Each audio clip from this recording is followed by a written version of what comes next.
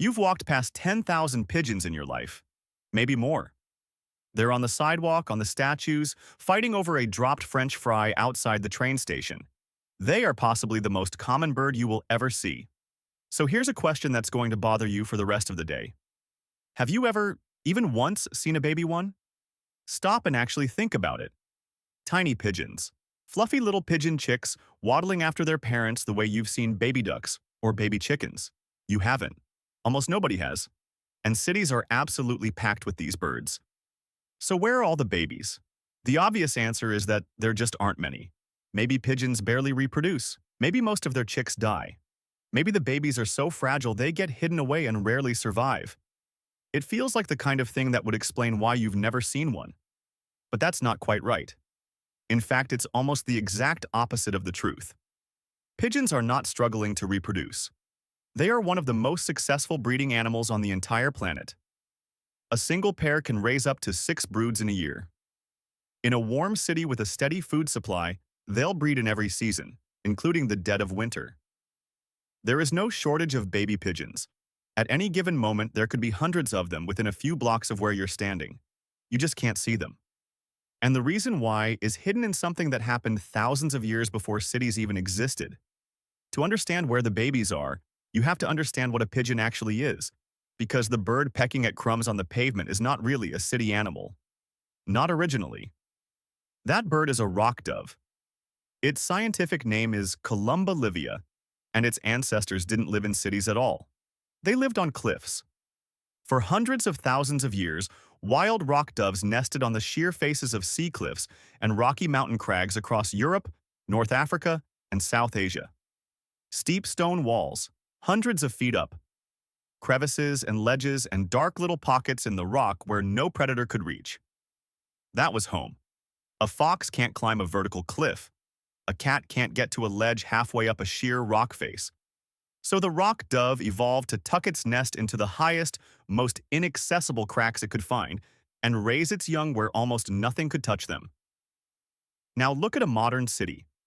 What is a city, from a pigeon's point of view?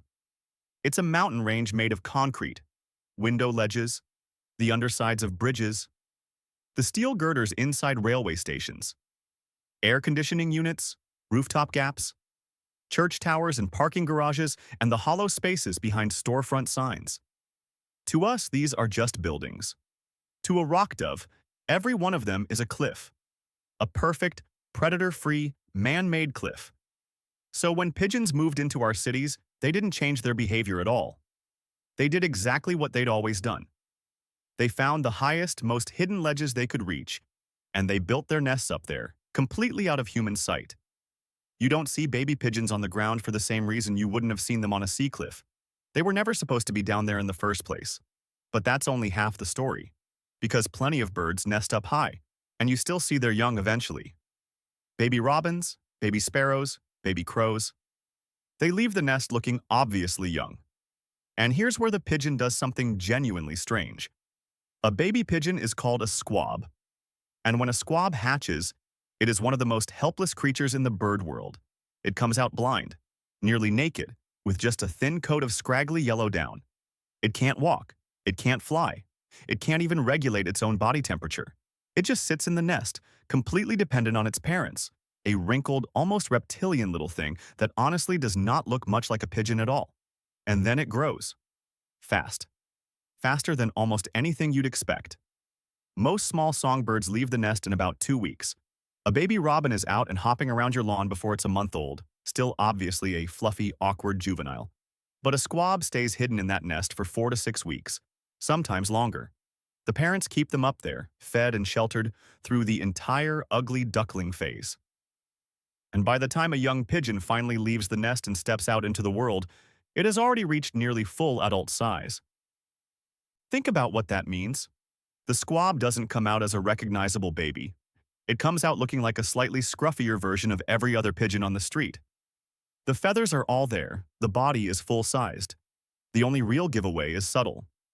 A young pigeon has slightly duller eyes, a smoother waxy patch of skin around the beak called the cere, and a few smudgier feathers.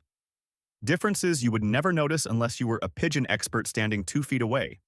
So the answer to the mystery is almost insulting in its simplicity. You have seen baby pigeons. Probably thousands of them. You just couldn't tell. By the time they're out where you can see them, they're already wearing the disguise of an adult. The babies aren't missing. They're hiding in plain sight, in the middle of the flock, walking right past you. And here's where it gets even stranger. Because the thing that lets a squab grow that fast, that lets it go from a blind naked hatchling to an adult-sized bird in under 6 weeks, is one of the weirdest substances in the animal kingdom. It's milk. Pigeon milk. Now, birds don't have mammary glands. Birds aren't supposed to make milk at all. Milk is the one thing that's supposed to define mammals. But pigeons break that rule. Both parents, the mother and the father, produce a thick, pale, cottage cheese-like substance in a pouch inside their throat called the crop. For the first week or so of a squab's life, that's all it eats.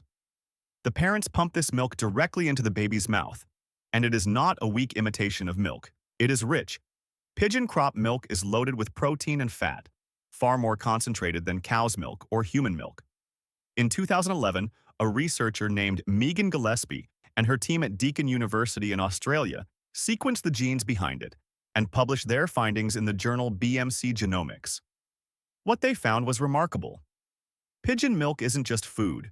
It's packed with antioxidants and immune system proteins, the same kinds of protective compounds a mammal mother passes to her infant. The squab isn't just being fed. It's being given an immune boost, a head start, a biological fast-forward button. And here's the part that ties it all together. The hormone that triggers a pigeon to produce this milk is called prolactin. It's the exact same hormone that triggers milk production in mammals. The same chemical signal that makes a human mother produce milk for her baby makes a pigeon produce it for its squab. Two completely different branches of the tree of life, separated by hundreds of millions of years, arrived at nearly the same solution. A rich, protective milk made by the parent that powers a helpless newborn through its most vulnerable weeks at incredible speed. That's the engine behind the whole disappearing act. The milk lets the squab grow so fast, hidden up on its artificial cliff, that it skips its entire visible childhood before it ever comes down. Now zoom out, because the real story here is even bigger than one bird. The reason pigeons are everywhere, the reason they've mastered our cities so completely, is that we made them this way. Rock doves were one of the first birds humans ever domesticated. The archaeological evidence suggests people were keeping them in the Middle East thousands of years ago, raising them for meat, for messages, for sport. We bred them, we moved them around the world, we built them dovecotes and lofts. And then, over centuries, countless pigeons escaped, or were released, or were simply abandoned, and they went feral. But a feral pigeon never goes back to the wild, exactly. It can't. It just goes back to the cliff. And we had built it a better cliff than nature ever could. We gave it endless ledges, endless shelter, and an endless food supply in our garbage and our spilled grain and our dropped lunches. We accidentally created the perfect habitat for a cliff-dwelling bird, and then acted surprised when it filled every corner of our cities. Charles Darwin understood the pigeon better than almost anyone. He was obsessed with them. He kept his own flocks, bred them, studied them, and corresponded with pigeon fanciers across England. When he sat down to write On the Origin of Species, he didn't open with finches or tortoises. He opened with pigeons. Because in the astonishing variety of these birds, all descended from the humble rock dove, he saw the clearest possible proof of how life could be reshaped over time. And that same humble rock dove is still here, on your sidewalk, raising hidden babies on the ledges above your head, feeding them milk no bird is supposed to have, sending them down into the street already grown and already invisible. So the next time you walk past a flock of pigeons, slow down for a second. Look closely. Somewhere in that group is a bird that hatched only a couple of months ago. Blind once, naked once. Helpless on a concrete cliff while its parents pumped it full of milk. And now it's standing there at your feet, full-sized, looking exactly like all the rest, hiding the most ordinary miracle you've never noticed. The babies were never gone. You just didn't know what you were looking at. And now, for the rest of your life, you won't be able to walk past a pigeon without wondering how old it really is.